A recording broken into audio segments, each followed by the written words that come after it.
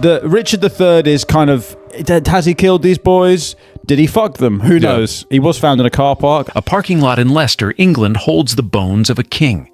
For 527 years, that's where Richard III ended, buried in a church later demolished during the Reformation. The land stripped of its stones, sold, repurposed, paved over. His exact location forgotten within a few generations, dismissed by history as a deformed tyrant, immortalized by Shakespeare as one of literature's greatest villains, a poisonous hunchbacked monster who murdered children to steal a crown. Then in 2012, a team of archaeologists broke through the asphalt and found him on the very first day of digging. The bones told an extraordinary story, battle wounds consistent with one of the most brutal deaths in English royal history. A spine curved by scoliosis exactly as historical accounts described. A diet indicating someone of the highest rank who had eaten well every day of his adult life. But it was the DNA that changed everything. Because the DNA didn't just confirm they had found a king, it proved that King had no right to his throne.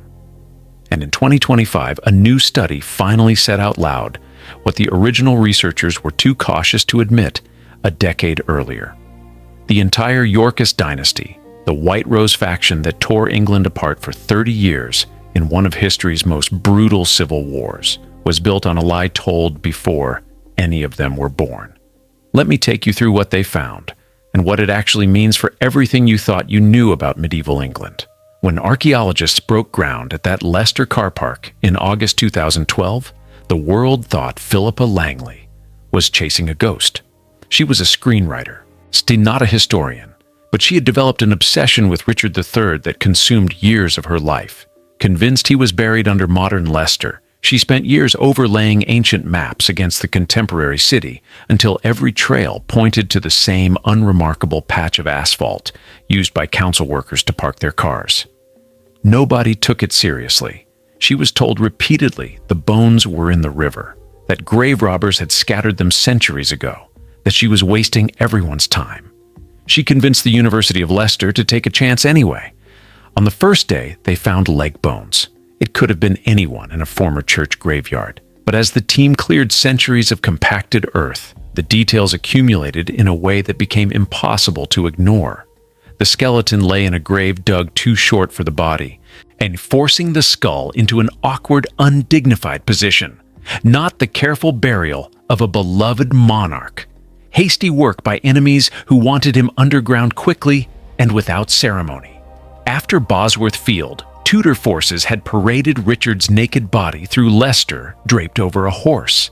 The burial matched exactly what followed that level of deliberate humiliation. The man was in his early 30s. Richard III was 32 when he died. The skull carried 10 separate injuries. 8 concentrated on the head. 2 were instantly fatal. One was a sword strike to the base of the skull, possible only if the helmet had been lost or removed. The other was a puncture from a polearm weapon that went directly through the top of his head. This wasn't a random battlefield death. This was a king who had been surrounded, knocked from his horse, and finished by multiple attackers in the final chaotic minutes. The chronicles describing him fighting desperately in the thick of combat, while his allies stood back and watched, weren't exaggerating. Then the spine. A pronounced sideways curve consistent with adolescent onset scoliosis. The condition Tudor propaganda had weaponized into a monstrous hunchback to suggest his deformed body reflected a deformed soul. Real, but dramatically exaggerated for political purposes. Everything pointed to one conclusion. To confirm it, scientists needed DNA. Ancient DNA degrades over 5 centuries into fragments barely distinguishable from contamination. The team worked in sterile, clean room conditions, drilling into a tooth and a dense section of leg bone to extract whatever genetic material had survived. They needed a living relative carrying an identifiable genetic signature. Mitochondrial DNA passes unchanged from mother to all her children across generations. A genealogist traced Richard III's maternal line forward through 17 generations of female descent to a furniture maker named Michael Ibsen, living in London. When the ancient DNA from the skeleton was compared against Michael Ibsen's sample, The result was unambiguous. Perfect match. The genetic type they shared occurs in a tiny fraction of the European population. The probability of coincidence was effectively zero. In February 2013, the University of Leicester announced to the world what the evidence had been building toward from day one. The skeleton under the car park was King Richard III. The world celebrated. A king found after 5 centuries. Yeah, and one of the great archaeological discoveries of the modern era. But the scientists weren't finished. They ran a second test on a completely different type of DNA. One that would take 10 more years to fully interpret. The Y chromosome passes exclusively from father to son, unchanged down the paternal line. To test Richard's Y chromosome, the team found living male descendants of the Somerset family, documented relatives tracing ancestry back to Edward III, Richard's great-great-grandfather. The logic was simple. If Richard's Y chromosome matched, his paternal line was confirmed, the samples were tested, complete mismatch. Not a degraded reading explained by age, not a partial inconsistency attributed to technical limitations. A total, a unambiguous genetic disconnect between the medieval king and the modern men who should have shared his paternal line based on every genealogical record ever compiled. Somewhere in 19 generations, someone's biological father wasn't who the official record said he was. A false paternity event. The polite scientific term for a secret that altered the succession to the English throne. The 2014 research paper presented 2 possibilities with deliberate neutrality. The break could have occurred after Richard III, somewhere in the Somerset line across 5 subsequent centuries. A minor noble family scandal, a historical footnote that changed nothing fundamental.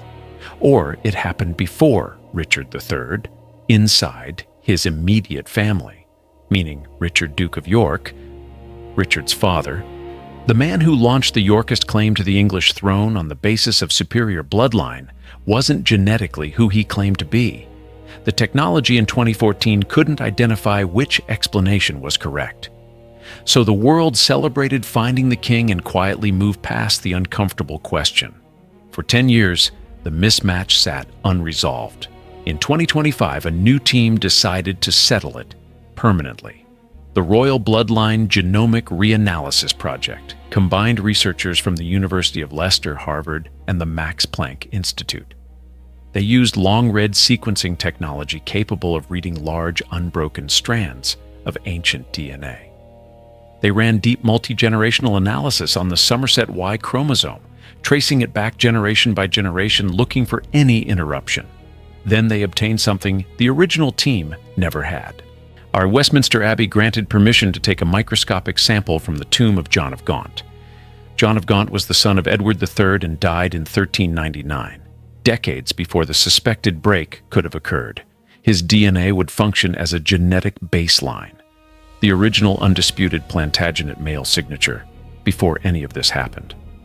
When all the results came back, the picture was complete. The Somerset analysis confirmed with 99.9% certainty that their paternal line was unbroken to the 15th century. John of Gaunt's ancient Y chromosome matched the modern Somerset descendants perfectly, which meant Richard III's Y chromosome, the one that matched nothing and no one, belonged to someone entirely outside that line. The break hadn't happened across 5 centuries in the Somerset family. It had happened in Richard's immediate family tree.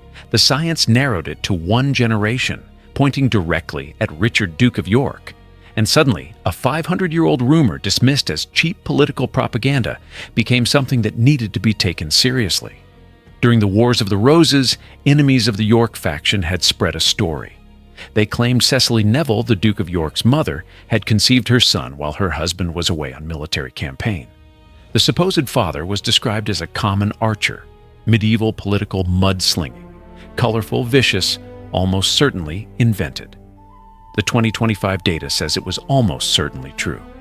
Richard, Duke of York, the patriarch who launched the Yorkist claim and started the 30-year bloodbath, was not the biological son of the Earl of Cambridge. He had no legitimate Plantagenet blood, which cascades forward with devastating consequences. His son, Edward IV, the The warrior king who seized the crown had no genetic right to it. Edward's sons, the princes in the Tower, the boys locked away by their uncle and vanished from history in circumstances debated for 5 centuries, were heirs to a claim that was genetically worthless from its foundation. And Richard III himself, who took the throne by declaring his nephews illegitimate, who built his entire justification for power around legitimate succession and pure royal blood, had no more claim than any of them. The entire House of York was founded on a deception made before any of them were born. The Wars of the Roses lasted 30 years. Tens of thousands died. Entire noble families were erased. At Towton in 1461, more English soldiers fell in a single day than in any other battle in the nation's history. Snow ran red for miles, all of it over bloodline purity. All of it over a claim the 2025 DNA proves was genetically fraudulent from the beginning. The cruelest part is Richard III's specific place in this story. He took the throne by having his nephews declared illegitimate. He imprisoned them. He built his entire legal argument for kingship on the premise that pure blood was everything. That an impure claim disqualified a king regardless of circumstances. He was right about the principle. He just didn't know he was describing himself. Whether Richard III ever discovered the truth about his father, whether the secret drove the fate of the princes in the Tower, and whether anyone living through those decades of warfare ever suspected the foundation was rotten, are questions DNA alone cannot answer. But the question it does answer is the one that mattered most to every person who died in those 30 years. Did the House of York have the blood they claimed? The parking lot in Leicester has given us the answer. They didn't. Drop your theory about the princes in the Tower in the comments, whether Richard knew, whether the boys survived, whether any of this was suspected by the people living through it. And subscribe for more stories where centuries of accepted history turn out to be built on something a single scientific test can unmake. Because sometimes the truth waits under the asphalt for someone stubborn enough to break through it.